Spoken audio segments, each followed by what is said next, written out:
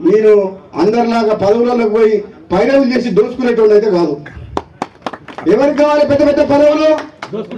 పదవులు అడ్డం పెట్టుకొని రాజకీయాలకు వచ్చి రాజకీయాలు అడ్డం పెట్టుకొని పదవులకు వచ్చి వేల కోట్లు దోచుకునేటానికి వారి పదవులు కావాలి.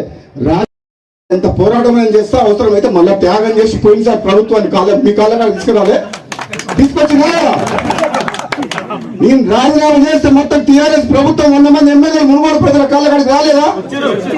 అవసరమైతే అంత దూరం కూడా పోతా. నేనైతే భయపడా, మీ అందరికి మాట ఇస్తున్నా. మళ్ళా అదే ఆ విషయం నాకు తెలియదు. అప్పుడు మాట ఇచ్చిన సంగతి మామూలుగా మాట ఇయ్యారు కదా. నేను ఇప్పుడు వాళ్ళు మాట ఇస్తే సంతోషమే, నేను ఇస్తే సంతోషపడతాం. కానీ కేంద్రంలో అల్టిమేట్గా హైకమాండ్ సీఎం గారు కూర్చొని నిర్ణయించే అంశాన్ని నన్ను అడగడం కూడా మీరు తప్పు.